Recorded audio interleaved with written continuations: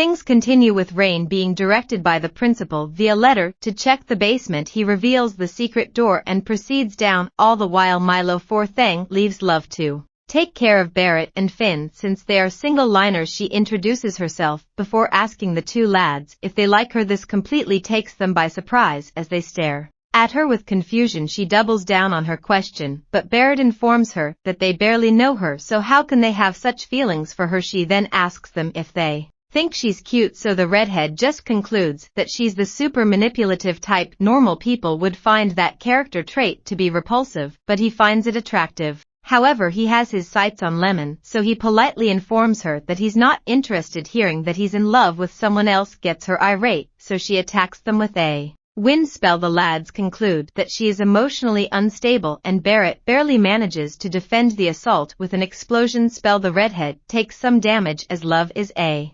double-liner, so she has immense raw magic power. Love shouts that all girls are born princesses, so they are supposed to be serenaded and served. Any guy who can't meet that standard can die. In her mind, based on that explanation, she asks them again if they like her. Barrett gives her the same answer, but before he can finish, she punches him with a wind attack that sends him flying. Love reveals that her dad gave her the go-ahead to end any guy who doesn't cherish her. Although Barrett is the father of all simps, he stands up disagreeing with her dad's statement. The guy acts on his viewpoint by shooting some fireballs at her. Love is confident that she can easily defend against it since her magic power is greater, but she is surprised to learn the attack was not aimed at her, but at the floor around her. It creates a smoke screen that blocks her vision. Love figures this out quickly and swiftly counters as he dashes for her wand. Barrett is knocked back again, which results in his headband coming off this time around. As he lands, Love mocks him for being too weak, stating then it is almost impossible for him to beat her. To further emphasize the bleakness of their situation, she discloses that Milo can turn the person that opened the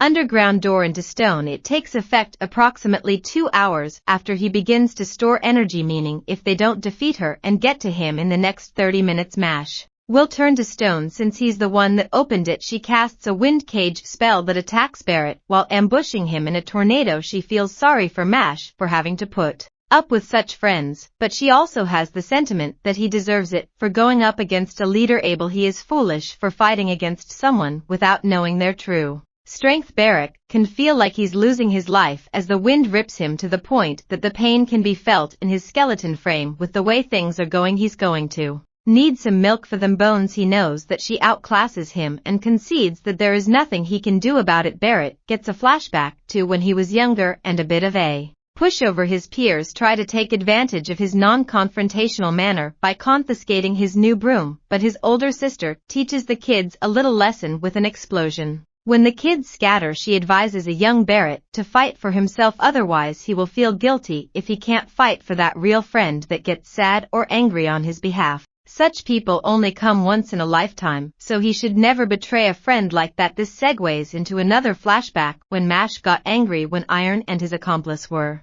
mocking Barrett. After beating him, he too feels like he can't let Mash down, so he begins to fight against the tornado. Meanwhile, Love makes her way to a terrified Finn to finish him off. As she prepares to end him, Barrett breaks through the tornado. The redhead states that he can't let things end like this. When she mocked his friends, Barrett has a cross on his forehead under the headband. Love has a look of fear on her face as she comments on the increase in his magic power. She tries to attack him with a wind spill, but he matches it perfectly on this occasion. As she wonders how this is possible, Love notices that cross on his forehead and states that she has heard about it before. The girl explains that some children are born with a warding cross on their foreheads. They are battle demons whose magic power amplifies when they are pushed past their emotional threshold. These individuals are called the IRA crews. He unleashes his barrage of gun explosions, calling her a scumbag, which is heavily inspired by Mash. The attack lands around Love. He makes it known to her that he doesn't like picking on girls, so he tells her to get lost. His kind gestures move Love to tears as she thanks him for his leniency. This shows that she has accepted her defeat. Finn is impressed that he was able to defeat the fifth fawn on his own, and is shocked that Barrett is a double-liner. Just as Finn prepares to vocally congratulate his friend on the victory, Milo interrupts with a sudden attack, but Barrett rushes in and takes the hit, knocking Finn back down to safety. The fourth thong steps up, berating Love for not being able to deal with what he sees as fodder, but low-key both of them be looking like a bootleg Cosmo, and Wanda the redhead is not sure he can take on such a powerful opponent in his current condition. Love further points out that Milo is a prodigy as he is the only first-year student among the Magia Lupus. He launches a stone-hand attack at the lads, but as they approach a sword comes flying from the entrance and introduces itself without consent to his gut, instantly knocking him out of commission. Milo can't believe that his magic was broken so quickly. He looks up to see who launched such an attack, and genuine dread washes across his face. When he sees the person, he wonders why such a person is in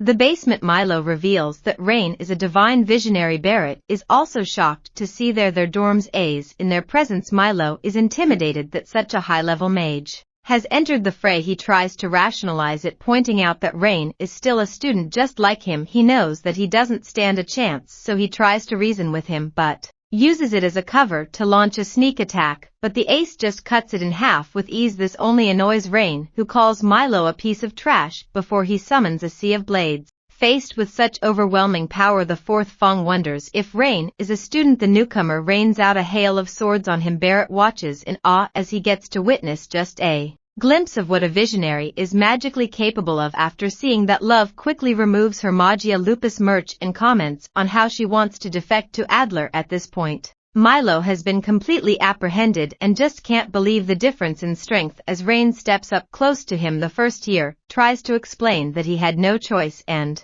pleads for forgiveness for not being able to resist Abel's pressure. The visionary has a Mash-like unbothered facial expression as he kicks Milo in the stomach like Ronaldo taking a free kick, or like that guy on the Milo packaging. He begins to repeatedly kick and stomp on the poor guy as he comments that action is the most important thing in the world, not words. Rain doesn't even trust the words of scum like him and believes that it is best to teach Milo's type through pain. With this merciless lesson, they will never consider making the same mistake again. Barrett watches the one-sided beat down and is just happy that he's on their side. The visionary stops for a moment and asks his juniors to get out of the basement. He will get the details out of Milo. They don't argue with the order and just leave as instructed. Finn reveals that Ryan is his older brother. To Barrett's shock, everyone leaves and so does the visionary. It seems like a character called Innocent Zero has his pawns at the school. He is certain that they are concealing their powers to hide his thoughts. Are interrupted when he notices Mash approaching from behind with immense pressure around him, but he can't sense any magic coming from the cream puff eater. He suspects that Mash is one of Innocent Zero's men, so he stops to confront the magical student. The visionary removes his wand as he notifies him that he will make the investigation quick. At this point, Mash is confused as to what is going on after Rain whips out a creature that measures one's true magic power. Rain intends to use this to determine Mash's legit level, which will make clear if he's a student or an imposter. The creature brags that it has profiled the power of thousands of magic users. If he's a regular magic user, he will be let go. As soon as Mash expresses his reluctance to participate, Rain doesn't hesitate and fires one of his swords at him, but the magical student blocks it with his 2 fingers.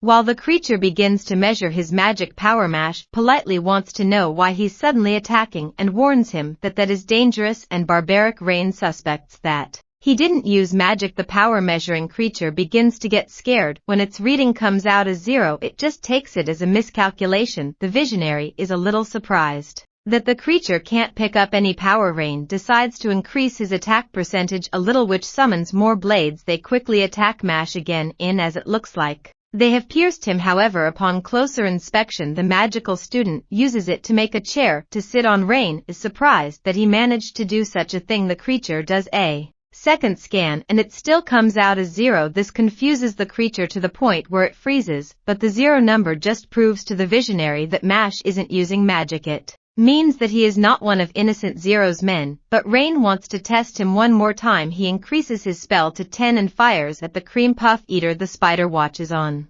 commenting that Mash is finished because the visionary doesn't use this level against students. The monster is surprised to see Mash holding one of the swords and using it for practice swings before taking a bunting stance as the blades jet towards him. The spider sweats in shock as Mash bonds all of Rain's attacks and comments on how dangerous that was. The visionary scoffs at what he has just witnessed before asking Mash for his name. When he gives his full government, he recalls the principal informing him of a new student and explains his unique situation. The old-timer complimented the strong heart of this freshman and pleads for Rain to look after him. The visionary apologizes for the rudeness. When he realizes that he stands before that student, Mash doesn't accept his apology initially, but he relaxes a little when he's given a magic kerchief that will heal his wounds. The magical student realizes that there are rabbits on it and assumes that Rain likes rabbits. The two blood characters stare at each other for a moment before Mash thanks him for it.